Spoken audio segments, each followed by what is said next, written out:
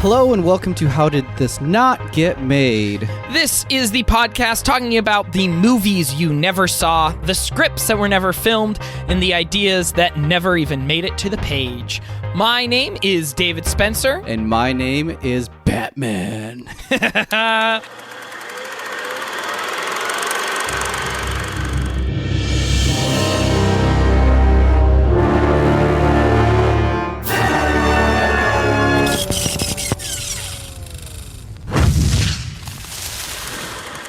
Welcome back to part 2 of Batman Year 1. Now, I know that the first episode was all about the history of Batman, and I know that a lot of our listeners are here to really learn more about the movies that didn't get made throughout the years. And I know that with the first one being all about the history of Batman, we didn't really get a chance to dive into Darren Aronofski's Batman Year 1. But if you are a listener of the show, you know that I am quite thorough when it comes to a lot of my research. And the reason being is that I feel as if that there is something to learn from what has been done in the past to understand the decisions that have been made later on, which then affect the movies that are then decided to be made in the recent past or even in the future, and understand where those are going. So I think that learning about this is really important for us to understand the projection of Batman, and I know that in this episode we really do explore that. One thing that we didn't really talk about as much was the new The Batman movie, the one with Robert Pattinson, directed by Matt Reeves. But I think that by understanding what Warner Brothers and DC has done, we can better understand kind of why even a film like The Batman is made. But anyway, I know you're here to learn about the movies that didn't get made. I know that the first part didn't talk much about Darren Aronofski's film, but in this episode we take a deep dive into that movie. So now that we have the information that we do about the history of Batman, I think this will better help us understand where Batman is going from here and beyond. All right, everyone, chill. In the summer of 1999, WB was looking to restart the Batman franchise. This time with a newly discovered director / actor, Darren Aronofsky. At this time, he was best known for his independent film Pi. 1. Mathematics is the language of nature. 2. Everything around us can be represented and understood through numbers. 3. If you graph the numbers of any system, patterns emerge. Therefore, there are patterns everywhere in nature. Aronofsky initially approached by saying, I told them I'd cast Clint Eastwood as the Dark Knight. Whoa. And shoot it in Tokyo, doubling for Gotham City. What? This is like an initial pitch. Like they weren't actually considering casting Clint Eastwood right away. But it might have been the pitch just to like get him the job, to like, this is my interesting take on the story. And we saw this with James Cameron as well, where they gave him Spider-Man. They're like, you know who I'm going to put into it? I'm going to use Arnold Schwarzenegger. And then everyone gets really excited because it's Arnold. And he's like, you know what? I'm not going to use him at all. Yeah. So I feel like, you were right that he just put out that name to get them excited. I mean, I could definitely see a young Clint Eastwood being Batman. Mm-hmm. Yeah, I mean, thinking about him in Dirty Harry, Clint Eastwood as Bruce Wayne. Yeah, for sure. I feel like it would be more in the midst of Bruce Wayne. I don't know. They might like de-age him like they did in Batman Begins, where they're like, all right, Christian Bale, you got to be younger. Just put your hair in front of your face. There you go. Perfect. I feel like they would have done the same thing with Clint Eastwood for that one. Yeah, for sure. But yeah, they just put that out there, just like get them excited. And it did. It did. They were on board. So when he gave the pitch, I mean, he was half joking about it, but it did get the studio interested in adapting that graphic novel. Now, knowing that Batman was now looked upon as a campy character, Aronofsky pitched the film in an opposite light, stating, set it in a kind of real-world reality. No stages, no sets, shooting it all in the inner cities across America, creating a very real feeling. My pitch was Death Wish or The French Connection meets Batman. Gordon was kind of a Serpio, and then Batman was kind of like a Travis Bickle from Taxi Driver. Oh, interesting. I could definitely see a Travis Bickle Batman connection. I mean, especially if you're trying to paint Batman as like maybe this billionaire who dresses up like a bat and punches the mentally ill. Maybe he's not that great of a person. I could definitely see how you can combine that with Travis Bickle. So to further strengthen Aronofsky's argument, previously he had collaborated with Frank Miller to try and create, which was an unproduced film adaptation of Ronin, which was from Frank Miller's graphic novel, and then claims that he used Sin City to inspire the look for his film Pi. He wanted to base the story in reality and was consistently asking the question, what does it take for a real man to put on tights and fight crime? There's that type of question again, which is still fascinating to me. Like, what drives someone to this point of madness where you have to disguise yourself, put on a ridiculous outfit, and fight people? It's a very interesting question that like gets you really far in the plot. So in this adaptation, Bruce is stripped of his fortune right away after the murder of his parents. He is instead taken in and raised by the auto repair shop owner Big Al and his son Little Al and his cousin Weird Al. I'm kidding. There was no Weird Al, but Weird Al, you should definitely get yourself into a Batman movie. Growing up, he is tortured with revenge. He is witness to the degradation of Gotham City as he witnesses hookers, Johns, pimps, and corrupt cops coming in and out of Big Al's shop. At the same time, we follow Detective James Gordon as he struggles with the corruption he finds in every rank of the Gotham City Police Department. Welcome to Gotham, Lieutenant. Don't worry, not as bad as it looks, especially if you're a cop. And this is Aronofsky's pitch, right? Yes. Okay. Just was making sure that we weren't talking about the comic. No. So Bruce's first act of vigilance is when he confronts a dirty cop named Campbell that was causing trouble with Mistress Selena, aka Selena Kyle, at the brothel known as the Cat House. During the chase, Campbell ends up dead, and Bruce narrowly escapes from being caught. This makes him rethink his strategies. At first, to hide his identity, he wears a hockey mask, which is similar to like the Jason Voorhees mask that we see in Friday the 13th, and a cape that seems to really serve no purpose. He goes back to the shop and begins improving his suit, making it more functional. He creates gadgets and weapons to help him in future encounters. Instead of the iconic Batmobile, Bruce reinforces a black Lincoln Continental, which is kind of like a throwback to what the Batmobile originally was in like the 1939 40s comics, where they used a reinforced 1936 Cord 810. We didn't see a Bat-styled vehicle until 1941. The Lincoln was given blacked-out windows, night vision driving goggles, armored bumpers, and had 2 school bus engines under the hood. Why would you need 2 engines? To make it go super fast. Okay. One for one side of the car, one for the other side of the car. Yes? Is that how that works? I don't think so. I doubt it. Trying to fit one school bus engine in a car has to be astronomically difficult. Putting 2 of them in there, I guess you would stack them on top. For sure. I don't know. Yeah. I don't know how that would work. But in the script, it does. So Batman, he's working his way up. First, fighting crime on the street, then taking down Police Commissioner Loeb and Mayor Noon.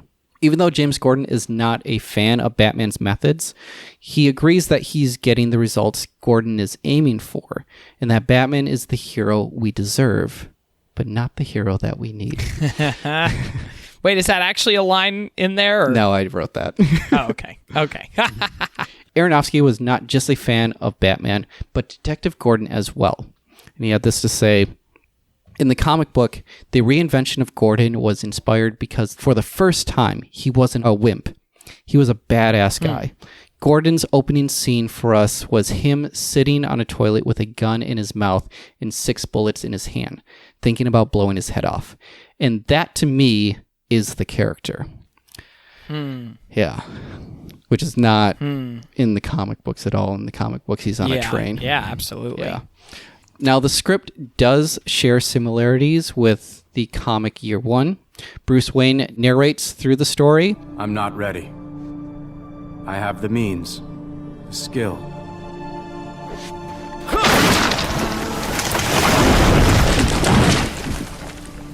But something's missing.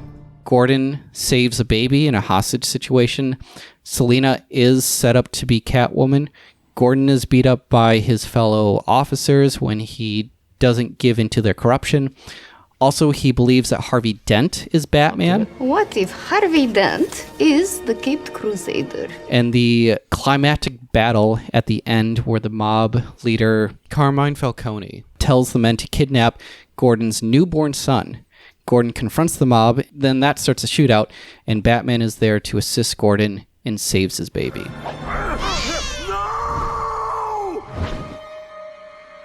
You can see this in the movie. It almost feels somewhat anticlimactic. I don't know. There's something about like the Nolan movies made everything seems more grandiose almost, where when you get a more grounded Batman, it almost feels anticlimactic, where the struggles that you see is more internal and emotional through there, which it's still fascinating to do, but it's not as flashy as kind of what we've known Batman to be.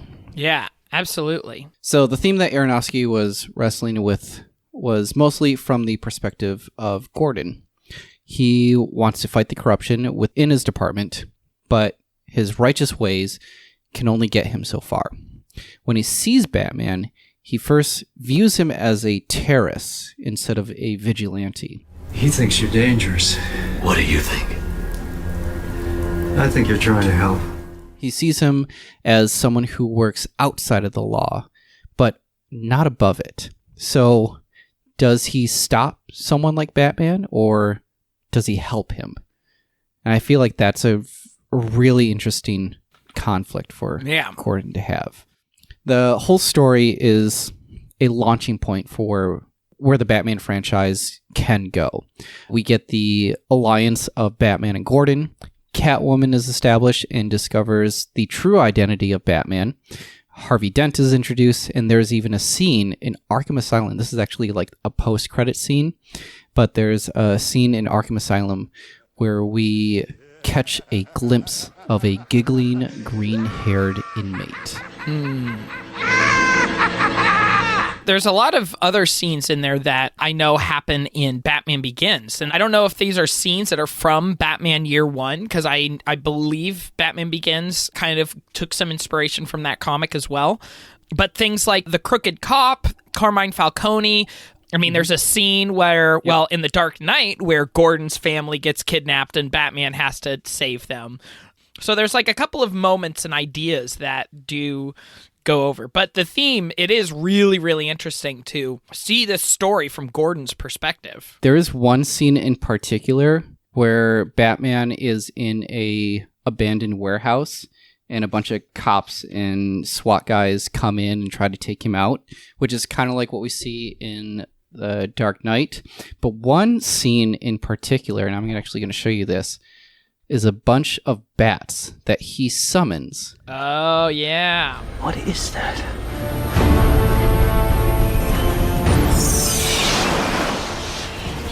So that came from Batman Year One. Probably the most important thing that is established at the end of this Batman movie is that there's a bunch of executors from the Wayne estate finally finding Bruce and give him the fortune of Wayne Manor and Wayne Enterprises. And that's when he becomes a billionaire. And I think that's a fascinating way of approaching Batman, and this is such a strange way of looking at it. And even Glen Weldon talks about it in his book, where when he asks people, why do you like Batman? And he's like, well, Batman doesn't have any superpowers, so it feels like I could be Batman in a way. He's like, but you're not a billionaire. Yeah. That's his superpower, is just having a shit ton of money. Yeah. So how is this relatable in any way? And I feel like with this Batman, he's coming from nothing. He's using the resources that he has around him, which is very limited. But now that he is established, that he's established himself as a vigilante, now that he has Gordon on his side, he has Selina on his side, like he just inherited billions of dollars, millions, billions of dollars. I don't know how rich he is in this one, but now he has all of this to really launch off. And then you can take away Darren Aronofsky, because it sounded like after doing something this grounded that he didn't want to really do the big budget movie that Warner Brothers wants to do. Yeah. It's another interesting thing to me, thinking about the theme, and like especially as it ties into Bruce Wayne's wealth. Especially in Nolan's movies, he thinks a lot more about improving society. Like there's stopping bad guys, but to like improve society. I mean, there's especially in Dark Knight Rises, there's like a big theme of social unrest happening. It's the idea of Nietzsche, the Übermensch. Well, and that's the thing, is like a lot of people have rightly pointed out that like, hey, Batman being a billionaire, there's a lot better ways that you can improve your city than just beating up criminals. Like there's a lot more that you could be doing.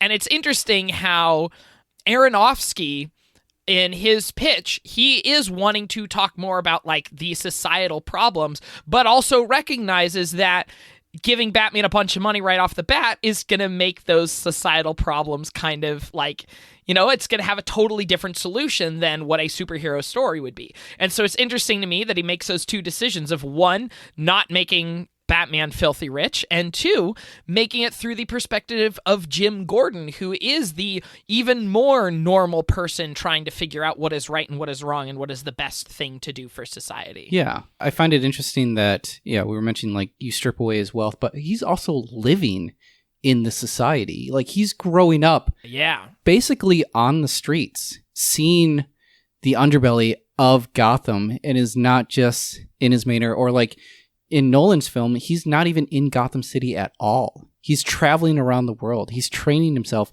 and then going back to Gotham City. And it's like, I've been gone for 10 years and this place got worse.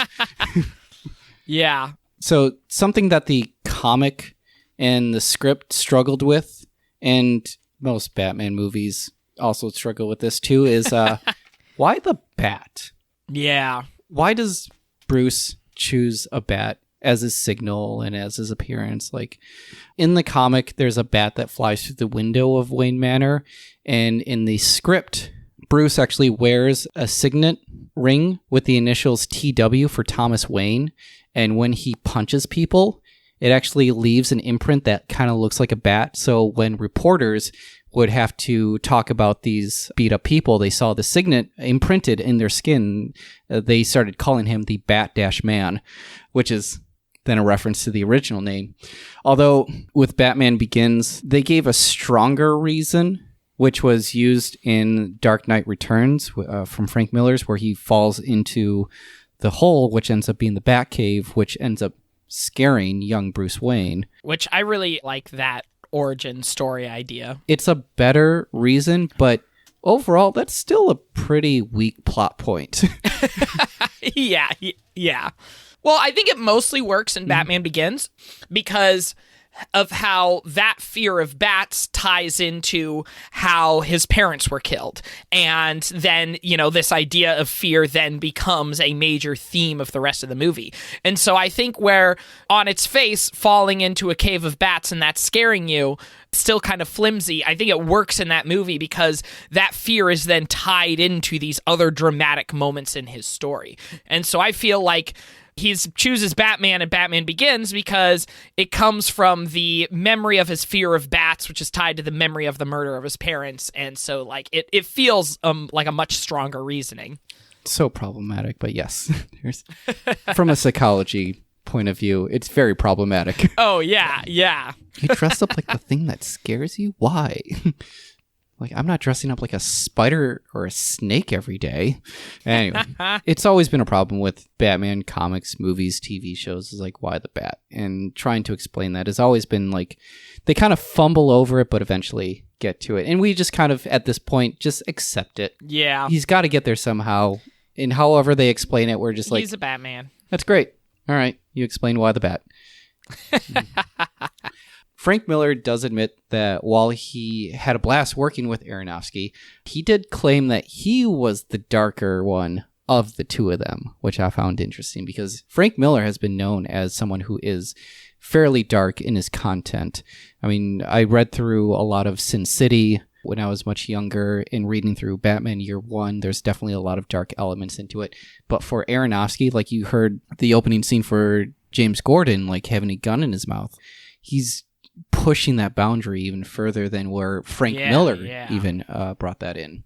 But if this film actually got made, this would have made Tim Burton's Batman look like a cartoon. Although he does admit that he does love Burton's Batman and Batman Returns, and that the stories work really well in the universe of Tim Burton. Yes. But they are not set in reality like Aronofsky and himself had made. The two of them were proud of the story that they had come up with, but Darren knew that this is the type of material that WB would not approve of. And he said, I think Warner's always knew it would never be something they could make. I think rightfully so, because 4-year-olds like Batman stuff. So if you release a film like that, every 4-year-old's going to be screaming at their mother to take them to see it. So they really need a PG property. But there is a hope at one point that in the same way that DC Comics comes out with different types of Batman titles for different ages, there may be a way of doing the movies for different levels. So I was pitching to make an R-rated adult fan-based Batman, a hardcore version that we do for not that much money. You wouldn't get any breaks from anyone because it's Warner Brothers and it's Batman. But you could do it for a smart price, raw and edgy, and make it more for fans and adults. Maybe shoot it on Super 16. Maybe release it after you release the PG one and say that's for kids and this one's for adults. Warner Brothers was very brave in allowing us to develop it. And Frank and I were both really happy with the script. Was Frank Miller like a credited screenwriter on the script? If you actually find the script online, it actually says Batman Year One, written by Frank Miller. Wow, that's awesome. Yeah. I mean, Frank Miller's done like a bunch of other scripts as well. Yeah. I think he did RoboCop too. Really? Mm-hmm. I didn't know that. Warner Brothers was on the lookout for who could direct the next generation of Batman. There was even rumor of having the Wachowski brothers direct with Keanu Reeves as the masked hero. Oh, I would be down for a Wachowski's Batman. I was thinking about this, like if the Wachowskis actually took on Batman, what would make it interesting?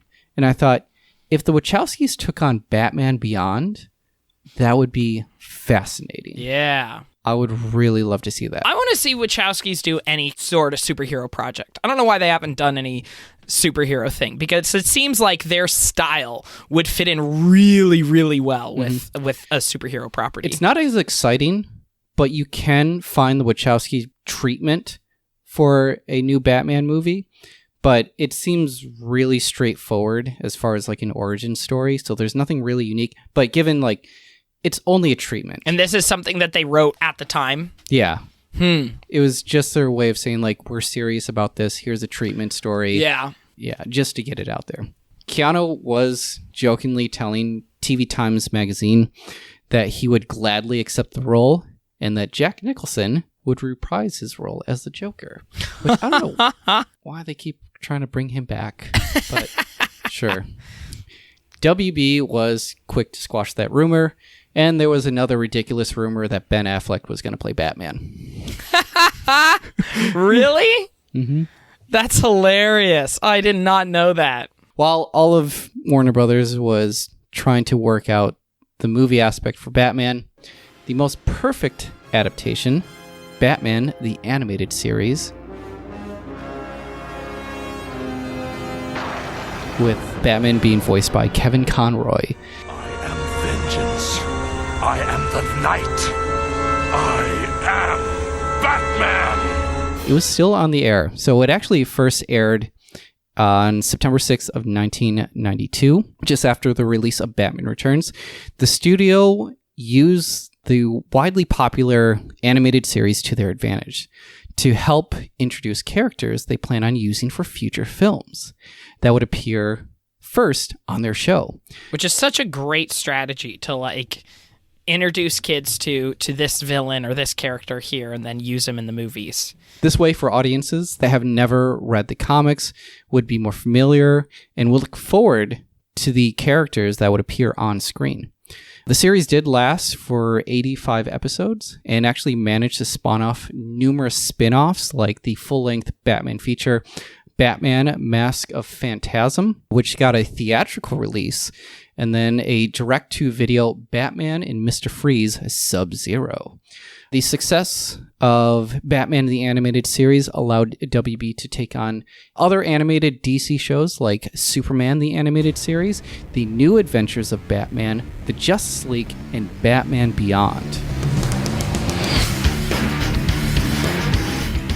Paul Dini and Alan Burnett's Batman Beyond really struck a chord with hardcore Batman fans.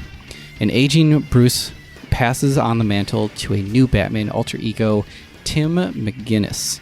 This got the attention of WB, and the idea of making this live action started to make its rounds. Bose Yakin, he was the one who wrote The Punisher. That was the one from 1989, and he directed Remember the Titans. He was hired to write the feature for Batman Beyond alongside the creators Paul Dini and Alan Burnett, with the hope that Yakin would direct. The script was nearly finished before WB pulled the plug on that project. That would have been fascinating to see.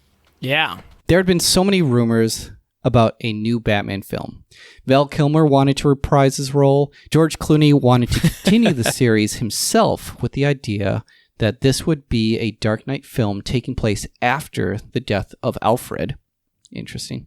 Other rumored castings were Brad Pitt, Nicolas Cage, Aaron Eckhart, Brendan Fehr, and Christian Bale. WB's public relations had a field day putting out these fires and the false rumors, especially since both Aronofsky and Yankin never discuss actually casting their films, with the exception of Clint Eastwood, but that was not a serious proposal. I love how Aaron Eckhart is in there and Christian Bale is in there. Mm-hmm.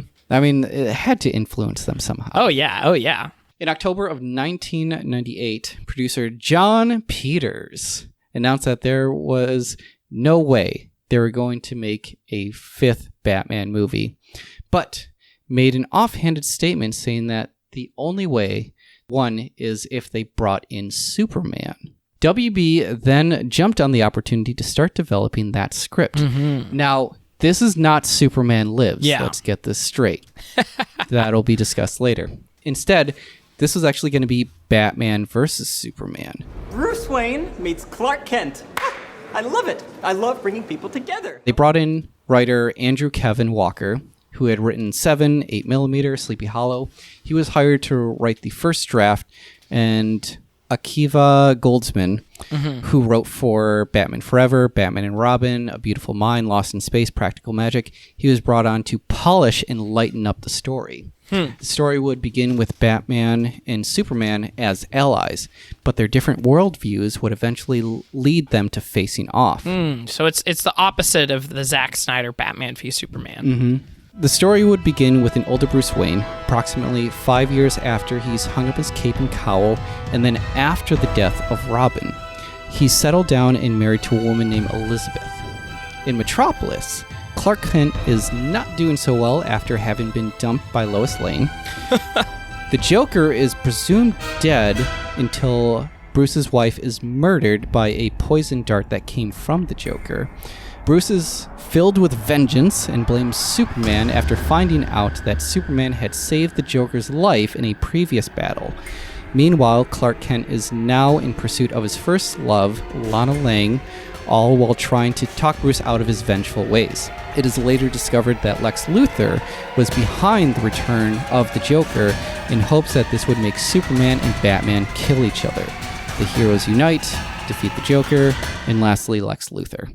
You can kind of see like little remnants of it in the Snyder Batman versus Superman for sure, especially the idea of Batman versus Superman has always been there, but the idea that this is after Like, this is an aging Batman. This is an older Batman. Yeah. This is after... They even show Robin's costume, implying that he was killed by the Joker in Snyder's version. So the skip got around and got some mixed reviews, stating that the darker Andrew Kevin Walker story was better, but WB is not really looking for a dark Batman movie. Yeah. Like, it's such a weird conflict to be like, we have this dark, vengeful character from a deeply disturbed background. Yes, I love that character. Can we make him funny? He's sitting. Sometimes I sit. Never seen it. You don't know everything I do. That's why Goldsman was actually brought in to help lighten the mood. It looked like this was going to happen, and they even lined up Wolfgang Peterson to direct the film. He did Das Boot, The Neverending Story, Air Force One, The Perfect Storm. As the ongoing theme, there were some casting rumors, like with Matt Damon for Superman or Batman. Jude Law and Josh Hartnett were considered to play Batman or Clark Kent. Colin Farrell and Christian Bale were considered for Batman or Bruce Wayne. And WB decided to postpone the production until 2004 to make way for a standalone Superman movie first. Around this time, though, J.J. Abrams actually threw his hat in the ring and submitted an 88-page script for a standalone Superman movie with the idea that this would become a trilogy.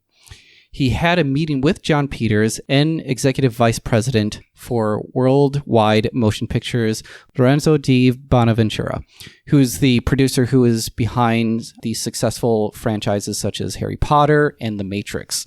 The script had a much lighter tone, something that would match the more recent Sam Raimi Spider-Man movie.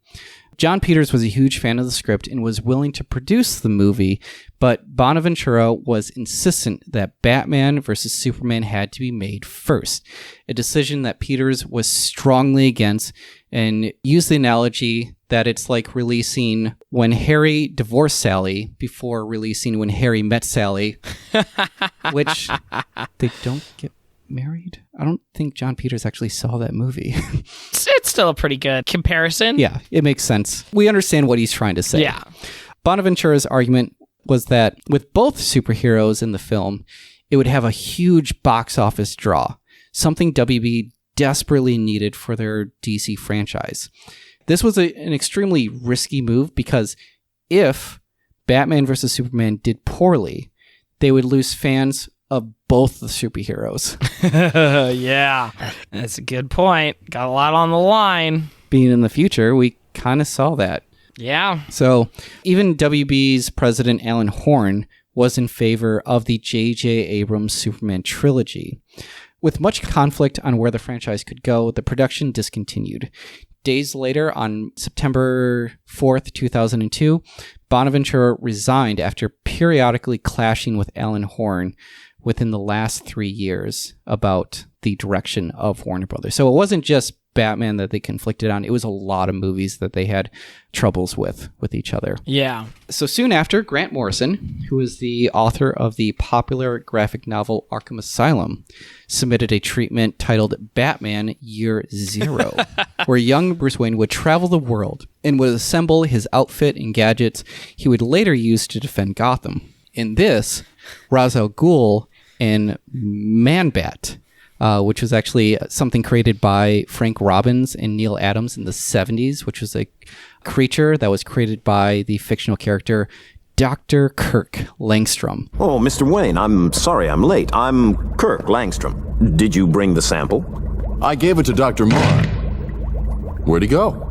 Probably to get started on the analysis. If it's a bat problem, we'll know by tonight. When he fused bat DNA with his own, causing him to mutate into a half-man, half-bat-like creature. Oh my gosh. So these were going to be the main villains, which would have been fascinating. Yeah, although it does sound as well like the movie Solo, where it's just like, how did he get this? How did he get this? How did he get this? Yeah, that's true. What's your name? It's Bat. Really? That's it? Nothing else? All right. Well, I'll put you down as Batman. The treatment was not considered, but the producers in charge of rebooting the franchise took the idea that if Batman were to come back to the silver screen, it would have to be an origin story similar to what Morrison had pitched. In 2003, WB made a few announcements about the future of Batman. The big one being that Christopher Nolan, who had done previously Memento and Insomnia, has been brought on board to produce the newest Batman movie. Also, that writer John Rogers was asked to write a Catwoman script and a Batman Year One script. This was separate from Nolan, so these are just two different directions that they were going to go in. Catwoman ended up being produced, which starred Halle Berry. What can I do for you? White Russian. No ice. Hold the vodka. Hold the Kahlua. It was originally intended for Ashley Judd. The Year One script was written. It kind of sat in development hell for a little bit, but then was eventually turned into an animated movie released in 2011. Ladies, gentlemen, you've eaten well. You've eaten Gotham's wealth, its spirit, but your feast is nearly over. From this moment on, none of you are safe. Highly recommend going and watching that movie. And is that a more direct adaptation of the comic? Yes, it is. Because I know that's how a lot of the animated films are. Like, they're a lot more, trying to recreate the comic that it's based off of, as opposed to when comic book movie, live action movie borrows the same name from a comic. It's like got a couple of similar plot points, but is usually pretty different. Yeah. We're going to dive more into, I guess, Nolan Batman. Yeah. Because, like, in this case, this seemed like the most promising of the Batman franchise. So, well, let's see if it turns out. So even though Nolan grew up on Batman, he was not familiar with the wider universe in the comic books. Nolan brought on the help of David S. Goyer. He has written for the Blade trilogy, Dark City, The Crow, City of Angels, The Puppet Masters. This is interesting. The Nick Fury, Agent of S.H.I.E.L.D. TV movie starring David Hasselhoff. It looks like Hydra's trying to send you a message. Looks like I heard it. Yeah, yep. I know all about that. I didn't know this was real. You didn't know about this? I mean, I've seen clips of I looked it up and I realized I actually have seen it. It was Oh, really? It was a long time ago, but yes, I didn't make that connection that this was a Marvel superhero. Yeah. David S. Goyer, it seems like he has written on more superhero projects, like movie and TV projects, than any other screenwriter. He's also done Star Wars stuff as well. Yeah. I recently played the Star Wars VR game. At the end of it, it's like written by David S. Goyer. He's getting around for sure. Oh, yeah. So at that time, Goyer was gearing up to direct Blade Trinity and didn't have the time to work on the script. He did spew off as many ideas as he had for the script to Nolan for several hours. And after a few days, Nolan, trying to put the script together, eventually called up Goyer and said, I need help on this. I really do. I can't do this without you. And they managed to actually make time in his schedule while directing the third Blade movie to actually come together and put together a script. Nolan and Goyer, they worked with the production designer Nathan Crowley to help build the story. But it finally happened. They were able to actually create an origin story for Batman that was heavily drawn from the comics. And when Batman Begins hit theaters, it only made $200 million, which was $50 million less than Tim Burton. But it was a great start to a very successful trilogy.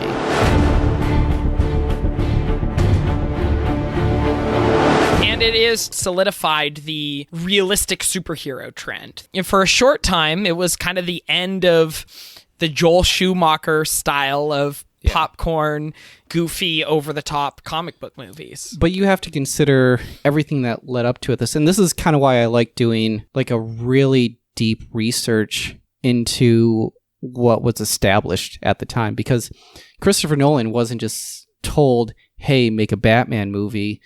He was previewed to all of this other information saying, we are going to restart Batman. we want to do an origin story of how he became Batman. We have all these other people that are pitching ideas. Here's their ideas, and this is why we don't want that to work. Here are all the comics that we are drawing from as well. So he's given a lot of information, and this is something, I forget where I had mentioned this before, because talking about Christopher Nolan, Nolan is known best for his Batman trilogy. But knowing Nolan's work, the Batman trilogy is the least Nolan-type style movies of all of Christopher Nolan's movies. Yeah, probably. Well, maybe Insomnia. Oh, yeah. But yeah, absolutely. So I found it interesting that he had so much to work with already. A lot of the groundwork had been done. He just had to put together the pieces of, like, needs to be an origin story.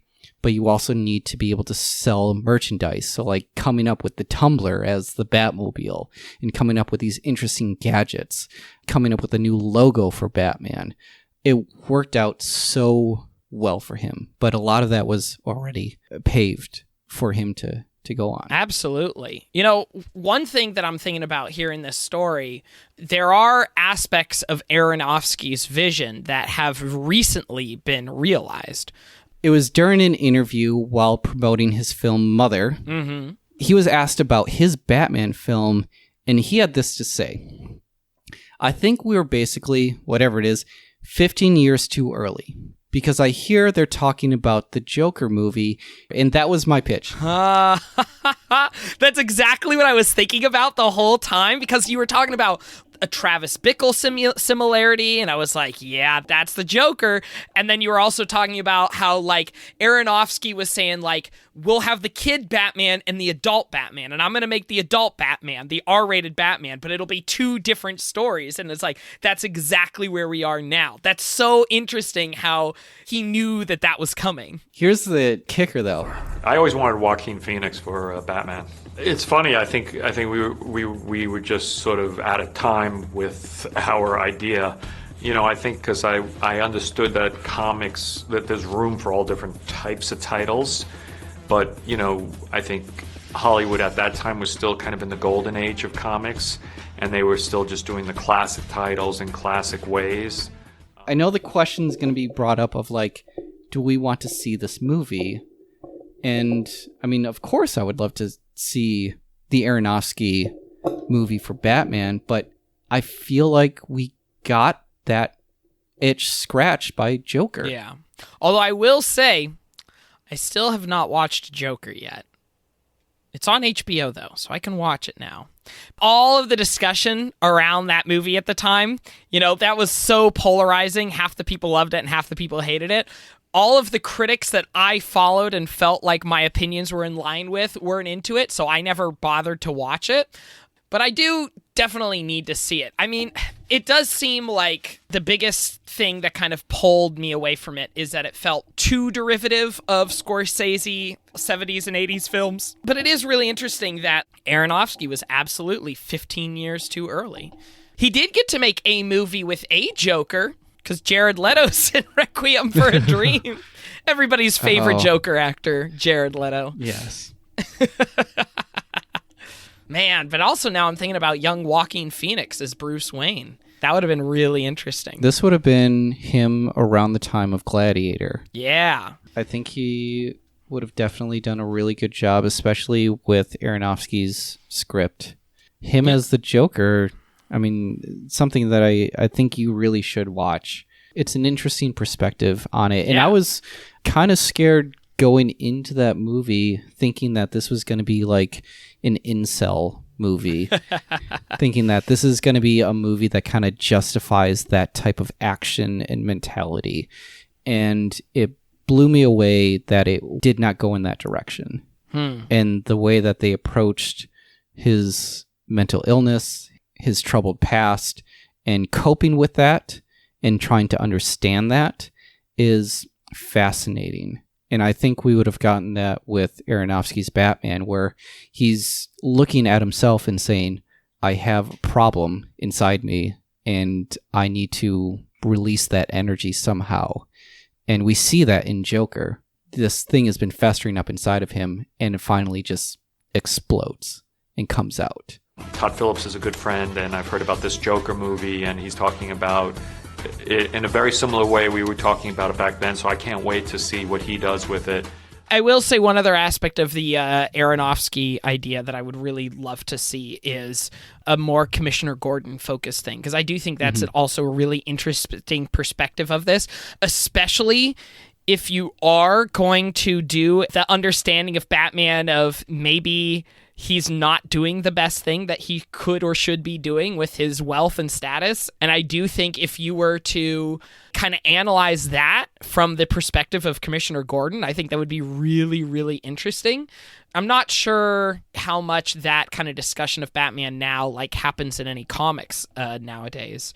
Did you hear who's going to be playing Commissioner Gordon in the next Batman movie? No. It's Jeffrey Wright from Westworld. Oh, yeah. Yeah. Oh, yeah. He'd make an excellent Commissioner Gordon. He's going to be really interesting. There's a lot of cool ideas, and I think most of all, I like knowing that some of these great ideas don't get discarded and still stick around and still get used in different ways. I'm curious about J.J. Abrams' Superman trilogy. I want to know more about that. I'm going to have to research that one next. That's Batman Year One. Yeah. It almost happened, but out of this, we did get the Christopher Nolan Batmans, and I'm really happy with that. We got Joker, which scratches that Aronofsky itch, so I'm not sad that this movie never happened. Because it kind of did happen. It paved the way for other projects that were really successful, and a lot of it was really good. And Dark Knight is still one of the greatest superhero movies ever. I say one of because the actual greatest is Spider-Man Into the Spider-Verse. Oh, I thought you were going to say Spider-Man 2. The work that was being done by Darren Aronofsky to try to figure out this new direction definitely paved the way for all of that. So that's really cool to see. But the movie that I'm really going to push for, that I really want, is the Wachowskis' Batman Beyond. Yeah, that would be really cool. I'm trying to think of other comic characters that the Wachowskis would be really interesting doing. I think if they took on Suicide Squad. Yeah, even just Harley Quinn. I feel like it would be very different from the Margot Robbie Harley Quinn that we know now, but I think they would have a really interesting take on that.